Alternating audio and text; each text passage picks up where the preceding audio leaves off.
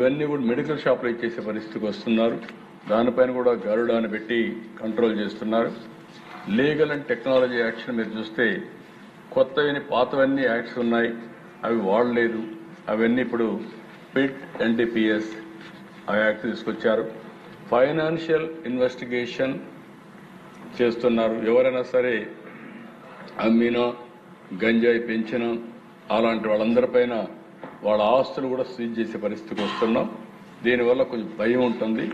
అవసరమైతే ఇంకొకటి కూడా చెప్తున్నా, భవిష్యత్తులో ఎవరైనా సరే ఇంట్లో వాళ్ళు కంట్రోల్ చేసుకోకపోతే కనీసం ఆ వ్యక్తి గంజాయికి అలవాటైన వ్యక్తి, డ్రగ్స్కి అలవాటైన వ్యక్తికి గవర్నమెంట్ బెనిఫిట్స్ కూడా cut చేసేట్టుంటుంది.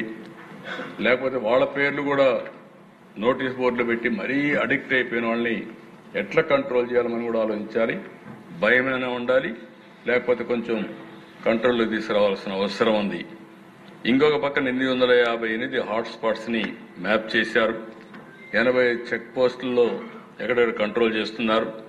Eagle help line 1972 introduce చేశారు. కమ్యూనిటీ రీహాబిలిటేషన్ 18,400 అవేర్నెస్ ప్రోగ్రామ్స్ పెట్టారు. డ్రగ్స్ వద్ద బ్రో ఈ కార్యక్రమాన్ని పెద్ద ఎత్తున చేస్తున్నారు.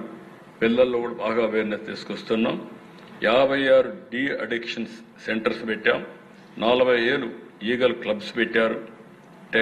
టీచింగ్ లీగల్ ప్రొవిజన్స్ అంటే స్టూడెంట్స్ అంతా కూడా ఒకసారి డ్రగ్స్ ఇదైనా గంజాయి ఇదైనా మన మీద పెద్ద యాక్షన్ ఉండదనుకుంటున్నారు.